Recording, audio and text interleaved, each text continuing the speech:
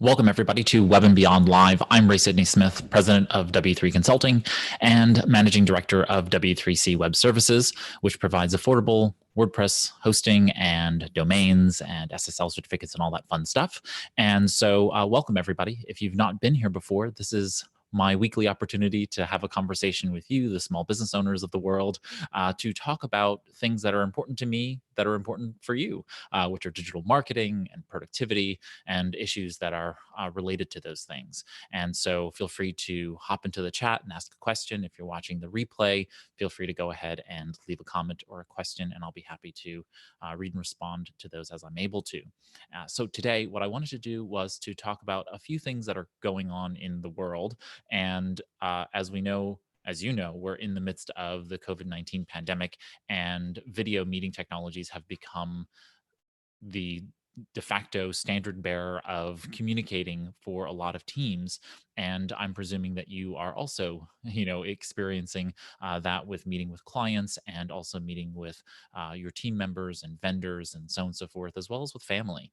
And so it's really important that we have this video technology available to us, those who have the luxury of having this available to us through broadband technologies and otherwise. And so I wanted to talk about what the major players are doing and some of the issues that have come up around that. I wanted to talk a little bit about the recent features that have been added by Hootsuite. Just one feature that's been added by Hootsuite that I think is really key and important. I wanted to then touch base on some cybersecurity issues and then close out with some resources regarding small business resources, just, pandemic response resources. And so that will be our discussion today. So let's first start with the kind of giant in the room right now, which is Zoom, which has skyrocketed to popularity recently and has been under a lot of scrutiny. I have to say, they went from being a enterprise business level video communication platform with about 10 million users to 200 million users in the blink of an eye.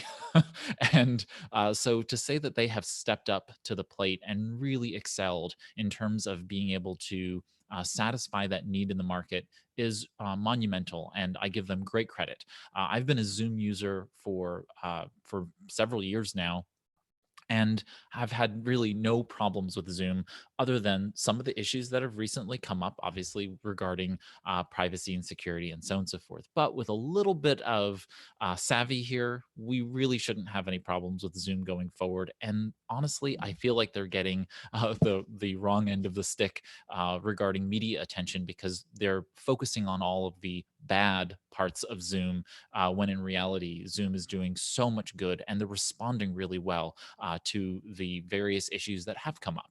So let's start off with kind of the big issue, which is Zoom bombing. And so for those of you who are out there and you're trying to have sales conversations with clients, you're trying to do marketing, here I am. I'm actually live streaming, custom live streaming to YouTube Live through Zoom. So here I am using Zoom to be able to communicate with you all.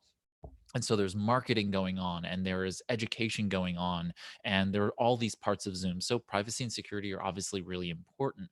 And so Zoom bombing is the idea of people who are not supposed to be in the meeting, joining the meeting, and putting in maybe lewd comments, lewd audio or video, inappropriate things of that nature, and or just people who are not supposed to be there being there when they shouldn't be. Now, there's an easy way to solve this, which is turn on meeting passwords, which is an easy function that creates a password for the meeting.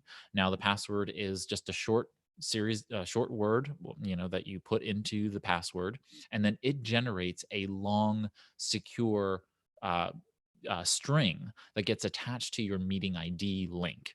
And so only you have that ID, and then you share that, of course, with the people who you want to meet with privately. Do not share that on Twitter or on your website or anywhere else publicly. And otherwise, that problem will really go away. If you want added security, you can always add the meeting room functionality. The waiting room functionality. And that waiting room functionality will go ahead and place people in a waiting room, and then you can approve them into the room as they arrive. So if you see someone's name that you don't know and should not be in the room, you don't allow them into the meeting room. And that's it. That's the problem that people are facing with Zoom bombing. That's the solution. Zoom has stepped it up and made that a default. That is, they've enabled both passwords and waiting room functionality, for all meetings as a default. And so that problem should really be abated by those two functions. Now, the other issue that people are talking about is the security around end-to-end encryption. And this ends up being a misunderstanding of what the term end-to-end encryption is, and maybe a little bit of misleading statements from the company regarding where things are end-to-end encrypted and whether or not they are at all end-to-end encrypted. So just be mindful of the fact that they are using transport encryption, meaning that they are encrypting very similar to the way that you are watching me right now. I am broadcasting through YouTube Live. You're watching YouTube. YouTube has encrypted between myself and your browser, and it's using that TLS encryption protocol.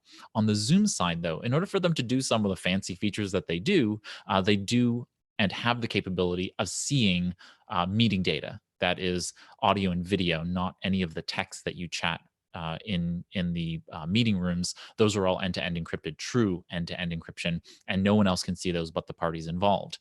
But audio and video wise, so for example, when you're in a meeting in Zoom and you're talking, and then someone else speaks, and then the video picks up that person on image, that is all being done by Zoom being able to identify different voices and doing some really fancy features in the background.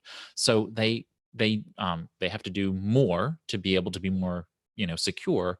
But for all intents and purposes, Zoom is very secure. I mean, if you turn on the quote unquote end-to-end encryption functionality, they are doing transport encryption between you and their servers, and between their servers and the other parts of the network. And they encrypt things that they can, and they can't encrypt certain things that they can't. For example, a phone call between the Zoom servers and the phone service that's providing the phone call, they can't encrypt that, but they can encrypt all the audio transiting from the point in which it touches their server into the Zoom meeting clients. So it's a little complex to put all of this together, but just know that Zoom is doing the right things for users.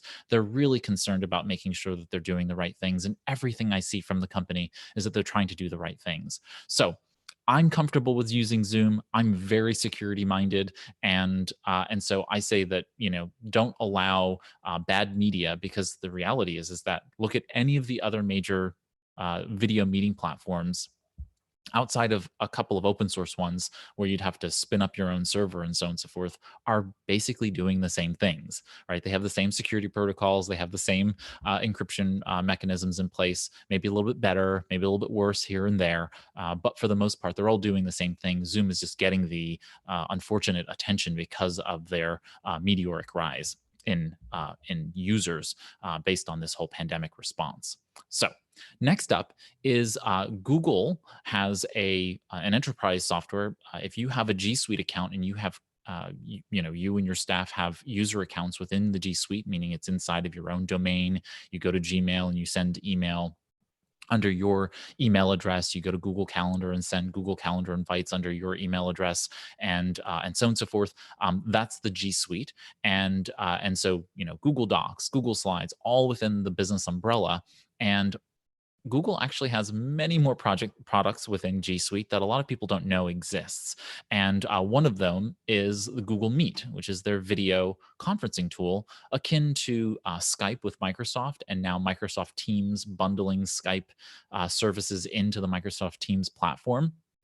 And so Google has built this platform. It's decent, but it could use a little bit of help. Being the Google Small Business Advisor for Productivity, you can imagine that I'm a huge Google fan, but I call it as I see it, and it needs some help. It needs some work. And so Google actually has started to expand the features to be able to bring more things, really making it a little more Zoom-like, because of Zoom's popularity. Obviously, they've been listening to users and seeing that. And so they've brought a couple of features that I think are really, really poignant for those who are using Google Meet. Why pay for Zoom if you already have a G Suite account, kind of thing? If you don't want the additional cost of an additional $15 per pro user on Zoom, and you're already paying 6, 12, or whatever dollars per month per user under G Suite, use Google Meet and you will be fine. And so one of the things about Google Meet is that the videos are really weird. So like when you're talking to other people, they're on screen, but you're not. You're this little tiny like thumbnail in the corner, and it's really weird. So they finally brought tiled video view to the screen. So you can have up to 16 people on and in a tiled screen once you have 4 people in the room. And I think there's still more improvements to be done there, but it's at least a step in the right direction, so that you can start to see everybody on screen that you're in the meeting with, and to see yourself, which it's not a vanity issue. It's more just trying to make sure that you don't have something in the background that you don't want to be seen, or some other kind of thing that you would like to have better control over your general presence on camera when you are talking to colleagues or clients or otherwise. And I just think it's important to be able to see yourself in that. Google Meet has also then upgraded to high quality video with audio, and also the ability to background noise filter. So there's all kinds of noise happening around us at any given time, and we may not be aware of it, especially if we have a headset on and we're talking. Well, Google Meet is now doing some ambient background noise filtering, so that you don't have that kind of problem for the recipient of the audio on the other side. Then it's also doing better with low light mode, meaning that if you are on mobile and you are in a Google Meet, because Google Meet works on mobile and desktop very easily, just like with Zoom, you're now able to have a better low light option. Okay, going right along with the video conferencing tools, just a little bit of news out of Facebook, which is that Facebook has now launched something called Messenger Rooms. And Messenger Rooms is what the Verge news outlet is calling Facebook's answer to Zoom and House Party for the pandemic. I find that kind of comical, because I would never use Facebook as a business video conferencing tool, and I do not recommend it for you either. Although there is a reality factor that a lot of people are out there and they are using Facebook, and so they may feel comfortable with communicating with you in that same space. So just know that if a client is, on Facebook, and they may be a little bit technologically, challenged, and they want to be able to use a group messaging tool, and they're already on Facebook, there is now Facebook Messenger Rooms. So they're rolling this product out to users. In essence, you can have, before you could just have a few people in a video chat. Now you can have a whole room of people, very similar to Zoom. And now you can, in essence, do what you were doing in Zoom, but in Facebook. And so you don't need a new account, you don't need anything else, and you'll be able to do that. You can have up to 50 people inside of the Messenger rooms. I'm guessing they're scaling it up over time, but it comes with a whole bunch of interesting features that are built into the Messenger Rooms platform, into the Facebook platform, Messenger platform generally. Note that this is not end-to-end encrypted. This is again the same thing like Zoom. This is not a private call, different than a one-to-one call, say through WhatsApp. WhatsApp's calls, if you have a video call or just an audio call on WhatsApp, that is end-to-end encrypted. That is an end-to-end encryption. Nobody else can see that call data but you. But in the Messenger Rooms, it will not be. So just keep in mind that there are all these kinds of issues with regard to security and privacy of information.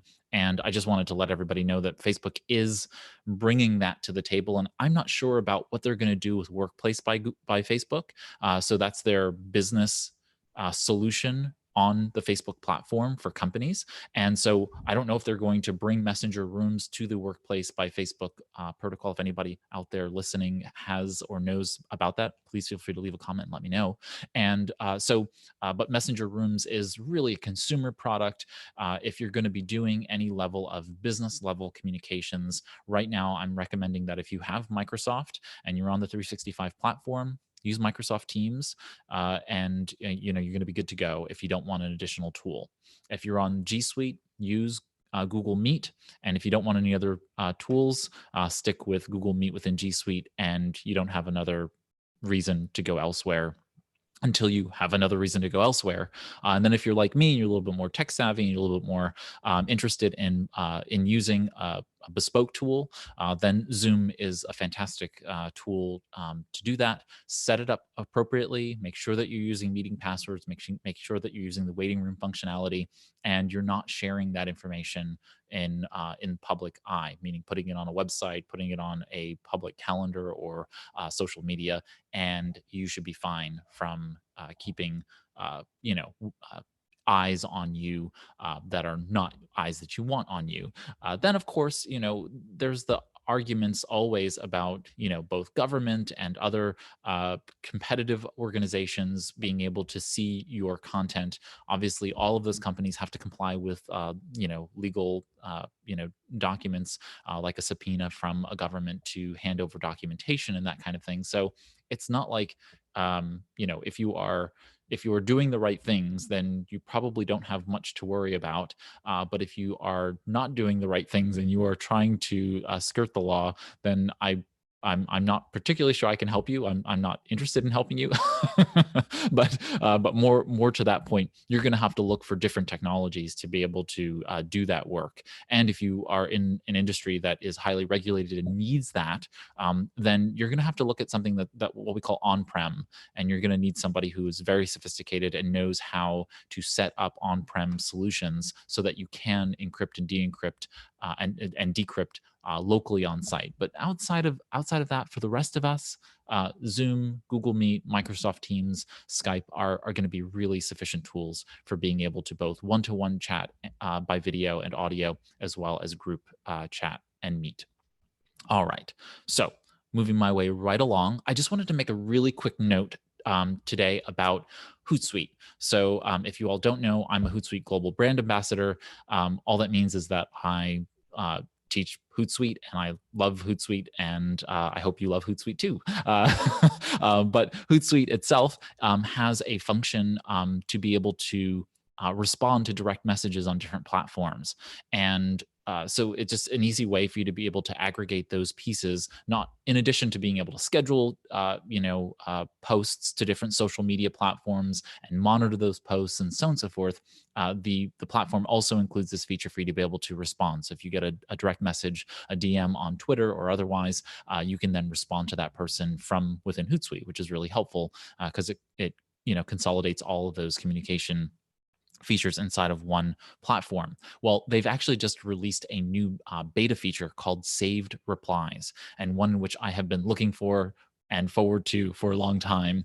And so in essence, what you're allowed to do now is to create templates of messages so that when someone communicates with you through the platform, you can now have sales, customer service templates, and other templates that are now just ready to go. And when that person, any person, goes ahead and messages you through those platforms, you can have those. So you can have a nice little sales message with a scheduling link, a sales message that leads to a press kit if the media touches base with you through Twitter, or a little customer package and marketing kit that's ready for you if a customer comes and wants to learn more about your products or services. You can now set up those templates right within Hootsuite, and then when someone messages, it's just a couple clicks of the button and they've got the message, and it just saves so much time. It gives you and your staff, the people who you're hiring, maybe you have some freelancers working for you, maybe you have staff members that are dedicated to this. Now the messaging is consistent. It stays brand consistent, and you're capable of doing a better job of consistent sales and marketing through something like Hootsuite by having these branded messages. Now, if you do not have Hootsuite, and you want to still do this, that's all right. I would really suggest that you go ahead and create whatever note application you use. I'm an Evernote user, so I would do this in Evernote. You may use Apple Notes or OneNote or another note tool like Google Keep. I would create this note template and or note that has all of the notes in them, and then just create all of the language, put it in a centralized shared space so that everybody on staff has access to that. And that way you can copy and paste those things cross platform and cross members of the team. And that way you have consistent messaging. I think it's really important for us all to remember, especially in these times, that people do business with people that they know, like, and trust. And trust is built on consistency. It's built on our ability to show consistency and stability to our customers. And so that's really important for you to kind of take to heart here when it comes to these things. Okay. I wanted to talk very briefly, very briefly about about cybersecurity. And this just goes back to the conversation about video conferencing and so on and so forth. But the idea here is that a lot of small business owners are contacting me and letting me know that they are getting phishing attacks, and other kinds of cybersecurity incidents are happening. And it's happening because their employees, their staff, are working from home or are now working from their mobile devices. They may be, out in the field still because they're considered essential and otherwise, but they're trying to work with the pandemic response and work with the business, but they are using BYOC, bring your own BYOD, or basically bring your own device type situations. And so if you're on your own cell phone and you're working for someone like you, then you're going to have less of a security mind than you as the business owner that's set up a system that has the appropriate security protocols in place. So you really need to start thinking about how staff is thinking about security and doing some level of security training, especially regarding just basic level firewalling, meaning that if you have employees who are connecting to your email systems and to your website and updating your website and updating inventory and working with client information, you need to have some level of structure to make sure that information is transiting over systems that are secure. Can't get into that in too much detail today, but just remember that the cybersecurity of your employees at home is probably not as good as your work, your office and business based cybersecurity. And so you need to really think about that as we make our way through this difficult time. Included with that are phishing attacks, where emails are now coming in, and those emails are and need to be remembered as not being necessarily you. Once upon a time, maybe you were in the office, the person got an email, they looked up from their desk and said, "Hey, is this real?" Now they're not. They're out of sight, potentially not thinking to ask you, "Hey, is this email that says transfer $10,000 to this particular bank account real?" You need to make sure that you're educating them about making sure that they're asking the right questions and using a different mechanism, phone, text message, video chat, or otherwise, to confirm these big ticket types of transactions. Because as I'm getting information, people are getting hit with those kinds of attacks, and it's no good. So just be mindful. Okay. Next up is just a quick note about the PPP loan, which is the payroll protection loan program that was implemented by the federal government, and it had run out of money, right? And so they just reauthorized, I think, $300 billion. So the issue with that is that it's a race. Unfortunately, I wish to tell you that it was a better program that allowed all small business owners to get access to this, but really you need to act fast. So if you have not, I would highly recommend that you touch base with your local small business development center. If you go to America's SBDC, that's two S's in the center, so americassbdc.org, you can go ahead and find your local SBDC and touch base with them about getting yourself set up for the PPP loan program, if getting that loan altogether is even right for you. But remember that if you don't act fast, the money will get soaked up, and then once it's over and done. Once the money is loaned, it's gone, and then you won't be able to get any further funds unless they reauthorize more money. Who knows what they're going to do? So just be mindful of that and touch base with your local SBDC if you are in need of that. And then last but not least, as we close out, is that I just wanted to give a quick reminder that if you go to w3cinc.com, W, the number 3cinc.com/COVID-19. You'll be redirected to a site I've been keeping up to date with new small business resources in response to the COVID-19 pandemic. So you can go check that out and just see all the resources that I've been trying to add them as people make me aware of them. I've just been, putting them in there and adding them to the table. So if you are trying to support small business, there are some links to help small business. And if you are a small business owner, then you have some links there to go ahead and help you, figure out whatever the issues are, whether they from a financial perspective, marketing, or other issues. Okay, so that brings us almost to the end of our time together. I just wanted to thank you all for joining me here on Web and Beyond Live. If you have any questions, feel free to leave those in the comment section. If you're watching the replay or if you're in the live chat, feel free to do so. And I'll be happy to go ahead and respond to those. We come here every Monday morning, and it's usually at 11 a.m. Eastern. And if it's different, I'll make sure to post that on social media. But really, it's just a chance for me to be able to talk to you and educate you. And I've been getting lots of feedback and comments, and so thankful for those. And so I'll see you next time, next Monday on Web and Beyond Live. And here's to your marketing success on the Web and Beyond. I'm Ray Sidney Smith. Take care.